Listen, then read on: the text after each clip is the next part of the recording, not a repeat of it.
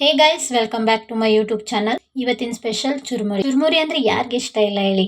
ಮಕ್ಕಳಿಂದ ಹಿಡಿದು ದೊಡ್ಡವರಿಂದ ಹಿಡಿದು ಎಲ್ಲರೂ ಇದನ್ನ ಇಷ್ಟಪಟ್ಟು ತಿಂತಾರೆ. ಈವ್ನಿಂಗ್ ಸ್ನಾಕ್ಸ್ ಏನಾದರೂ ಮಾಡ್ಬೇಕಂತ ಅನ್ಸಿದ್ರೆ ಪಟ್ಟ ನೆನಪಾಗೋದು ಚುರುಮುರಿ.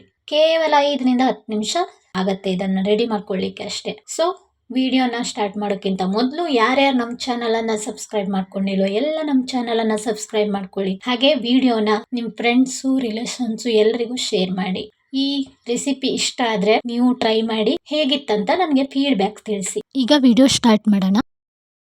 ಮೊದಲನೇದಾಗಿ 3 ಆನಿಯನ್, 2 ಟೊಮೆಟೊ, 3 ಕ್ಯಾರೆಟ್ ವಾಶ್ ಮಾಡಿ ಈ ತರ ಕಟ್ ಮಾಡ್ಕೋಬೇಕು.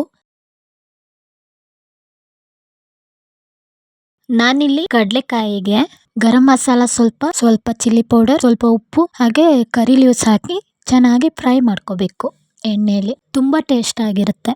ಈಗ ಮಿಕ್ಸರ್ ಅನ್ನ ಹಾಕೊಳ್ತಾ ಇದ್ದೀನಿ. ನಾವು ತಗೊಂಡಿದ್ದು ಮೀಡಿಯಂ ಸ್ಪೈಸಿ ಮಿಕ್ಸರು.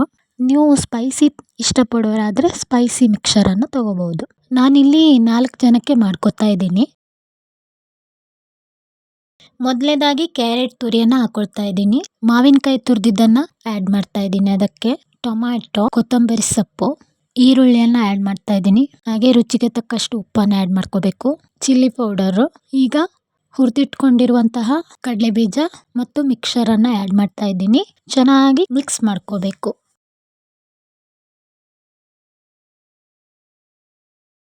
ಈಗ ಮಂಡಕ್ಕಿಯನ್ನ ಆ್ಯಡ್ ಮಾಡ್ತಾ ಇದ್ದೀನಿ.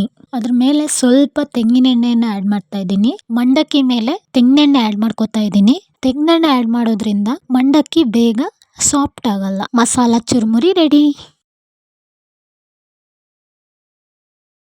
ನೋಡಿದ್ರಲ್ಲ ಗೈಸ್, ಕೇವಲ 10 ನಿಮಿಷದಲ್ಲಿ ಮಸಾಲಾ ಚುರುಮುರಿಯನ್ನ ಹೇಗೆ ಮಾಡೋದಂತ. ವಿಡಿಯೋ ನೋಡಿದ ಎಲ್ರಿಗೂ ಧನ್ಯವಾದಗಳು. ನಮ್ಮ ವಿಡಿಯೋ ಇಷ್ಟ ಆದರೆ ಲೈಕ್ ಮಾಡಿ, ಶೇರ್ ಮಾಡಿ, ಕಮೆಂಟ್ ಮಾಡಿ. ಹಾಗೆ ನಿಮ್ಮ ಫ್ರೆಂಡ್ಸು, ಕುಟುಂಬದವರಿಗೆ ಶೇರ್ ಮಾಡಿ. ಎಲ್ಲರಿಗೂ ಅಡ್ವಾನ್ಸ್ ಆಗಿ ಹ್ಯಾಪಿ ನ್ಯೂ ಇಯರ್. ಈ ವಿಡಿಯೋನ ಇಲ್ಲಿಗೆ ಮುಗಿಸ್ತಾ ಇದ್ದೀನಿ. ನೆಕ್ಸ್ಟ್ ವಿಡಿಯೋದಲ್ಲಿ ಸಿಗ್ತೀನಿ. ಎಲ್ರಿಗೂ ಟೇಕ್ ಕೇರ್. ಬಾಯ್.